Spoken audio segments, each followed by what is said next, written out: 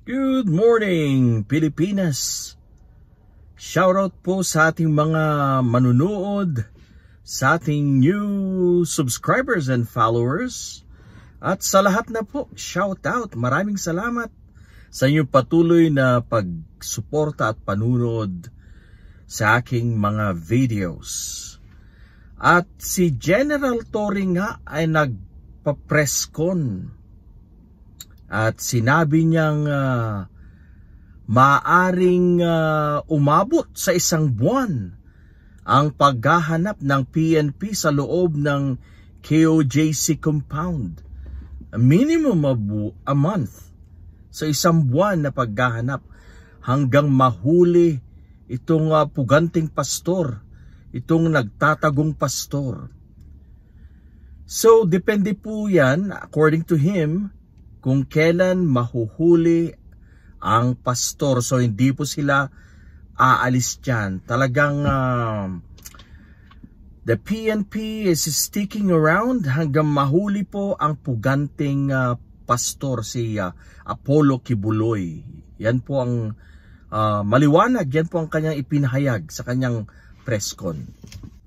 Alam niyo mga kababayan, ang punto ni General Torre ay ang pagsunod sa batas.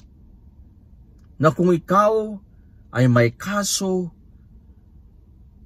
kung ikaw ay pinaghahanap ng may kapangyarihan na tayo dapat ay magpasailalim, tayo ay lumabas para ipagtanggol ang ating sarili dahil meron namang due process. Yan po ang kanyang sinasabi.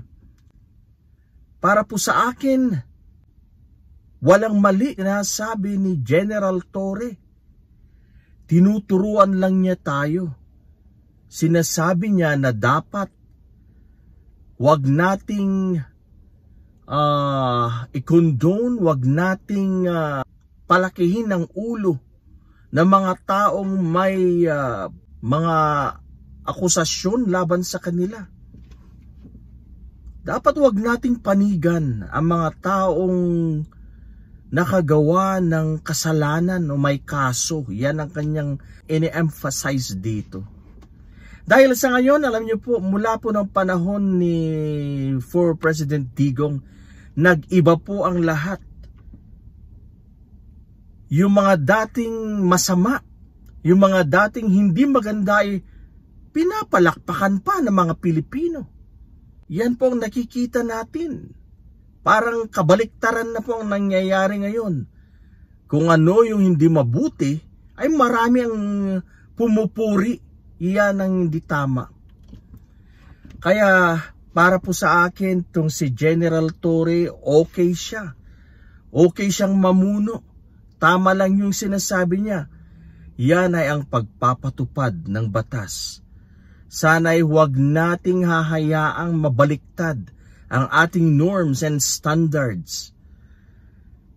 Mayroong isang taong dapat managot, so dapat magpakita siya. Huwag nating dapat konsintihin. Huwag nating itago ang isang taong pinaghahanap ng batas dahil merong order mula po sa korte.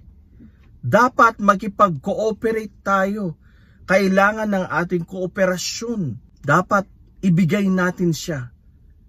I-submit natin ng tong tao na to na pinaghahanap ng batas. Huwag tayong maging accomplice. Huwag tayong maging instrumento para pagtakpan ang isang tao na pinaghahanap ng batas.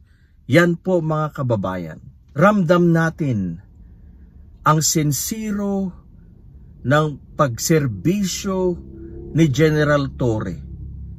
Marami ang nagagalit sa kanya. Of course, dahil sila ay mga miyembro ng KOJC at ang kanilang amo ay pinaghahanap ng batas kaya sila ay galit sa kanya. Ang mga tao na galit sa kanya ay ang mga DDS din, hindi lang ang mga KOJC members. So kitang-kita naman natin na mga DDS at mga KOJC members ay galit, sinisiraan ang kanyang pangalan, kahit na ano-ano ang kanyang mga pinagtatawag sa kanya. Pero tayo pong mga matitinong Pilipino, tayo ay sumusuporta kay General Torre. Tayo ay saludo sa kanyang ginagawa right now. Para sa akin, si General Torre ay isang mabuting general na hindi po kagaya ng ibang pulis. At kitang-kita po natin ang kanyang pagsasakripisyo sa paghahanap kay Kibuloy. Ilang araw na sila dyan. Talagang noong mga unang araw, it's very obvious po ang kanyang presensya dyan. Dyan sa KOJC para suportahan ang ating mga kapulisan. Ganyan dapat ang isang leader, ganyan dapat ang isang general, ganyan dapat ang isang public servant. Sa panahon ng kahirapan, sa panahon ng challenging times, dapat ikaw ang nandyan, nangunguna sa laban. Hindi yung ikaw ay isang public servant, umaalis, tumatakas, kahit na may sakuna. Ikaw ay umaalis sa iyong bayan, nalimutan mo na yung mga constituents. Dapat hindi ganyan. Dapat ikaw ang nangunguna, humaharap sa kung anumang mga pagsubok.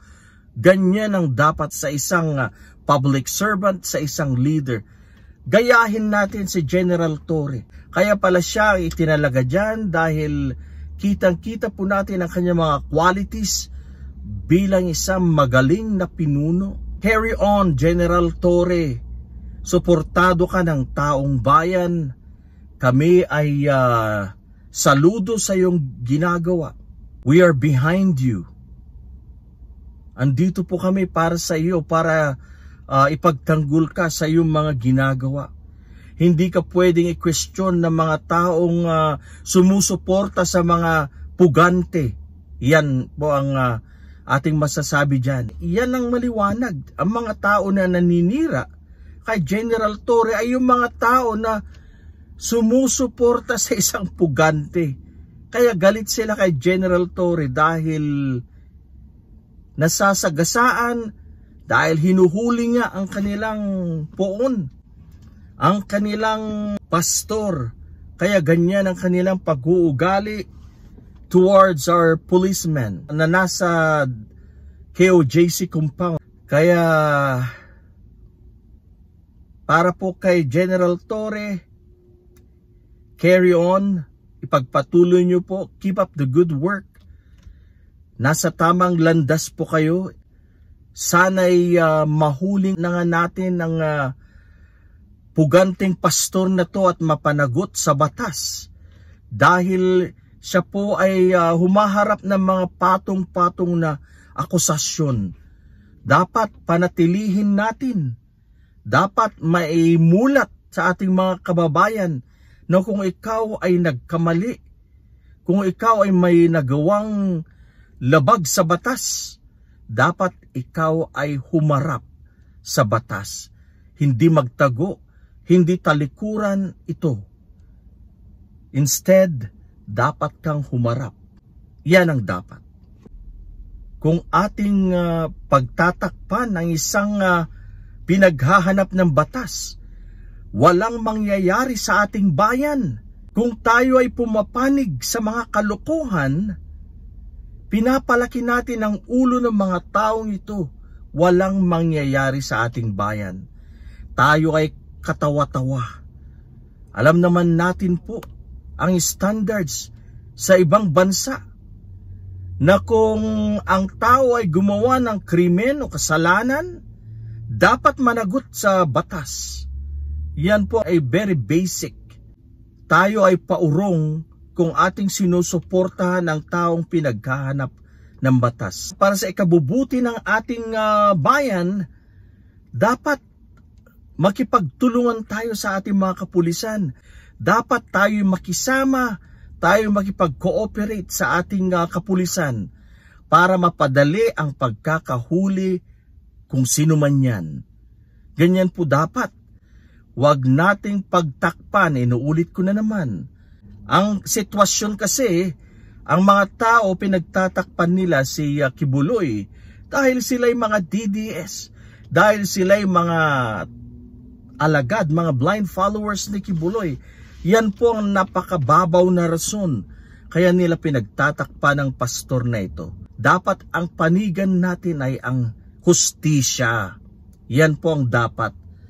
Dapat panagutin ang mga taong may pagkakasala, ang mga taong lumabag sa batas. Alright.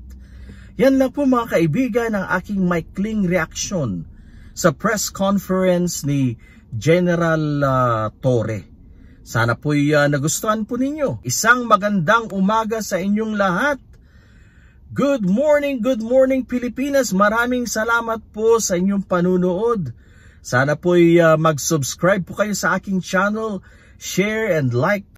Maraming salamat po. Hanggang sa muli. Paalam.